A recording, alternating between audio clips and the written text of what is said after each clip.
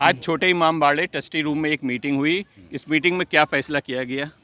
इसमें फैसला ये किया गया है कि 23 फरवरी सन 1839 को हज़रत मोहम्मद अली शाह जो बस के तीसरे बादशाह थे, जिन्होंने ईस्ट इंडिया कंपनी से टीटी की थी, यानी एक मुआहदा किया था और ट्रस्ट की स्थापना की थी, और 12 लाख उस वक़्त की जो सोने चांदी की करेंसी थी वो ईस्ट इंडिया कंपनियों को दी थी, और इस ट्रस्ट को कायम किया था ताकि इस पूरा इसमें नेक काम होते रहें, मजलिस मातम होता रहे, तमाम जुलूसें वोटते रहें, गरीबों को भी मदद होती रहे।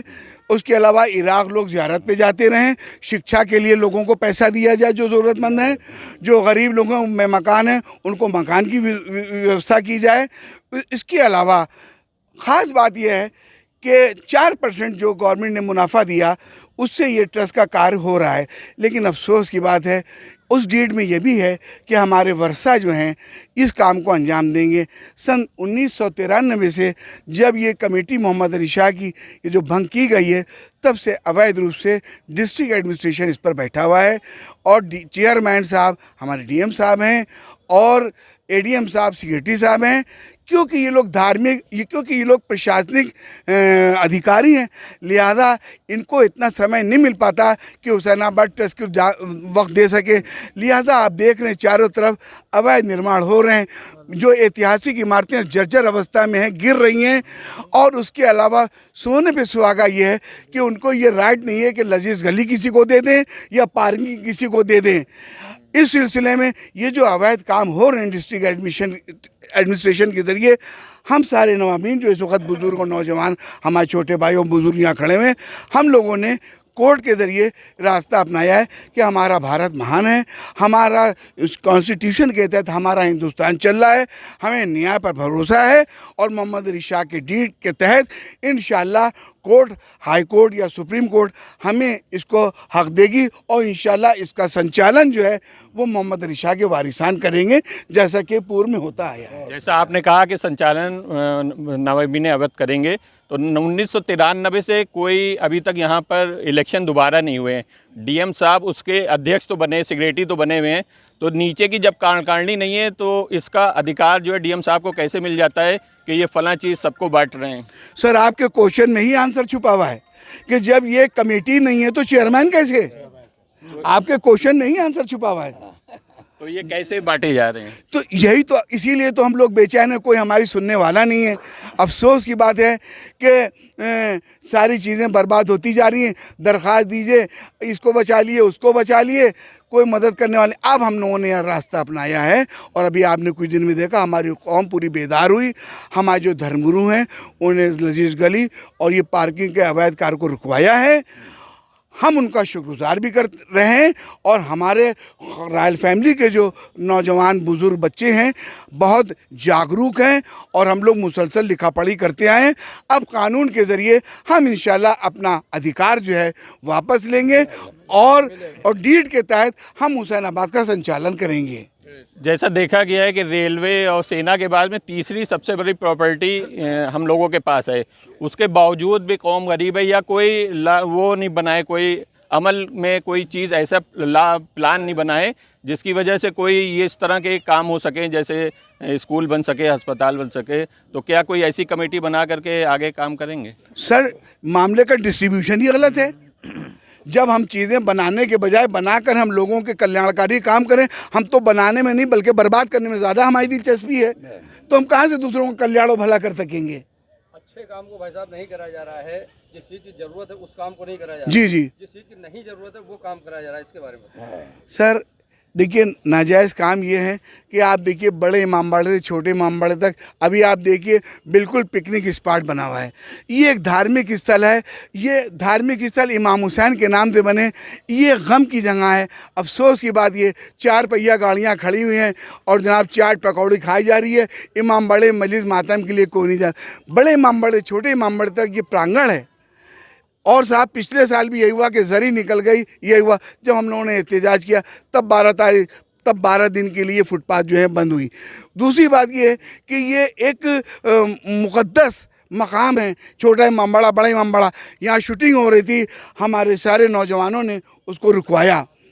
इसके अलावा यहाँ जो हिस्सा जो था मोहम्मद अली शाह ने 2 बड़ी बड़ी खमीर रोटियां और दाल और सालन, जिससे एक रोटी में एक आदमी का पेट भर जाए।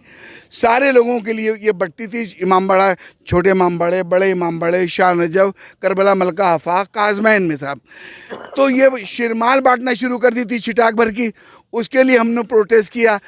उसके अलावा जो नाजायज़ काम हो रहे हैं, आप ये बताइए, शिक्षा के लिए ट्रस्ट बनाया गया था, शिक्षा से वंचित किया जा रहा है। अगर हम देखें तो गरीब बच्चों की तालीम हासिल की जाए, बेवाओं को पेंशन दी जाए।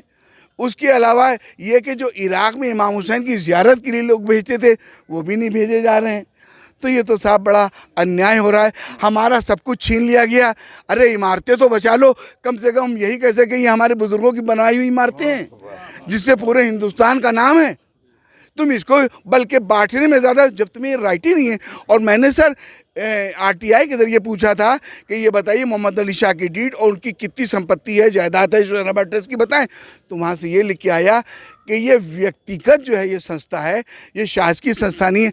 तो जब शासन की संस्था नहीं है, व्यक्तिगत संस्था को आपने माना ये मोहम्मद अली शाह की है, तो आपको कौन सा राइट होता है कि आप दे रहे हैं, बांट रहे हैं, लजीज गली, ये गली, वो गली। ये थे इकबाल मिर्ज़ा साहब, सज्जाद टाइम से। मैं जमाल मिर्ज़ा। मैं यही बात करता हूँ, जैसे कि 1993 में जो इलेक्शन दौरी शाही का ख़त्म हुआ है, वो फिर से कायम है, क्योंकि डीएम जो बने हुए चेयरमैन बने हुए हैं, तो किसी के अंडर ही में बने हुए होते हैं। जैसे हम एनजीओ बनाते हैं तो 7, 10, 11 लोग होते हैं, तो तभी वो चेयरमैन बनता है। तो यहाँ के डीएम जो चेयरमैन बने हुए हैं, वो नीचे कमेटी तो है नहीं, तो इलेक्शन फिर से होना चाहिए। ये एक मुद्दा बनाना चाहिए कि इलेक्शन फिर से हो, ताकि वो मनमानी तरीके से ये तुम ले लो, ये तुम ले लो, ये तुम ले लो, इसकी ये ख़त्म होना चाहिए। और एक जो पहले हम लोगों को ये मिलते थे सिक्के, उसमें चांदी के सिक्कों में मिलते थे, जो आपकी गिलेट में मिल रहे हैं, वो इस रिवायत के हिसाब से मिलते थे। चांदी के सिक्के में जो वसीफा मिलता था, वो चांदी के सिक्कों में मिले। और एक और ये मुद्दा था कि जैसे कि कोई नया इंक्रोचमेंट होता है या सरकार कोई चीज़ कब्जे में लेती है, तो एक आदमी जैसे खड़ा होकर अवेयरनेस फैला देता है। तो बाकी जैसे दूसरा काम उन वकीलों का है जो हम लोगों में से हैं, वो आ करके PIL या कुछ भी दाखिल करके उस काम को थोड़ी देर के लिए हैंडल रोक दें, कि उसका एक बड़े पैमाने पर उसका इम्प्लीमेंट करके उस काम को रोका जाए। आप लोग आगे आइए और इसको कैसे बचाना है, इसकी मुहिम में आगे बढ़िए। उसके लिए आप मुकदमे करिए। जहाँ सरकार पे दबाव बनाना है, वहाँ मौलाना कबीर जवाद साहब है और दीगर लोग हैं, वो दबाव बनाएंगे। ऑर्डर आप बताइए, क्योंकि आप पास शजरे हैं, आप पास सब कुछ है, उन चीज़ों को सामने लाइए। बाकी लड़ाई लड़ने के लिए हम लोग हैं, मौलाना कबीर जवाद साहब हैं, हम लोग हर तरह से नौबीन अवध के साथ हैं। जिस तरह से आप कहेंगे उस तरह से हाजिर है। आप भी आगे बढ़ेंगे, लड़ाई करेंगे, आप लड़ाइए बिल्कुल नहीं। जिस तरह मौलानाओं में इत्तेहाद हुआ है, कैसी मेहनत की गई, वो सबको यहाँ मालूम है। जो मौलाना कभी एक प्लेटफॉर्म पे नहीं आया, आए कि नहीं आए। कौम की ताकत बहुत बड़ी ताकत होती है, जनता की ताकत बहुत बड़ी ताकत होती है। वैसे ही जब आप लोग इतने लोग आ गए हैं, तो बचे कुछ जो लोग हैं वो भी आएंगे और आपकी मेहनतें रायगा नहीं जाएंगी। हम अपना हक लेंगे। हम इस रोड को, इस समाज को, इस इमामबाड़े को बेहरमती नहीं होने देंगे। इसके लिए इतना बड़ा आगे कुर्बानी देना पड़े, उसके लिए हम सब तैयार हैं। आप बेफिक्र रहिए, ये मैं आपको आश्वासन दे रहा हूँ। आप लोग उनके वारिस हैं, आपका फर्ज ज़्यादा है, आपके लोगों नहीं। ये 1857 की क्रांति आई, वो बेगम हजरत पहले लाई झांसी रानी सब नाम लेते हैं, मगर बेगम हजरत का नाम कोई नहीं लेता। उन्हीं ने कुर्बानी दी। आज जो मौजूदा टाइम में जो हालात चल रहे हैं, बहुत खराब हालात चल रहे हैं। पहले के सब हालात नहीं थे। बेगम हजरत पहल के जो राजा थे, राजा जयलाल थे, ठीक है। ऐसी झांसी रानी की जो दोपची थे, वो मुसलमान थे। पहले ये सब माहौल नहीं था जो आज बना दिया गया है। नवाबों ने इतना काम किया है हिंदू मुस्लिम एकता पे, तभी तो इसलिए आप लोग आगे आइए। और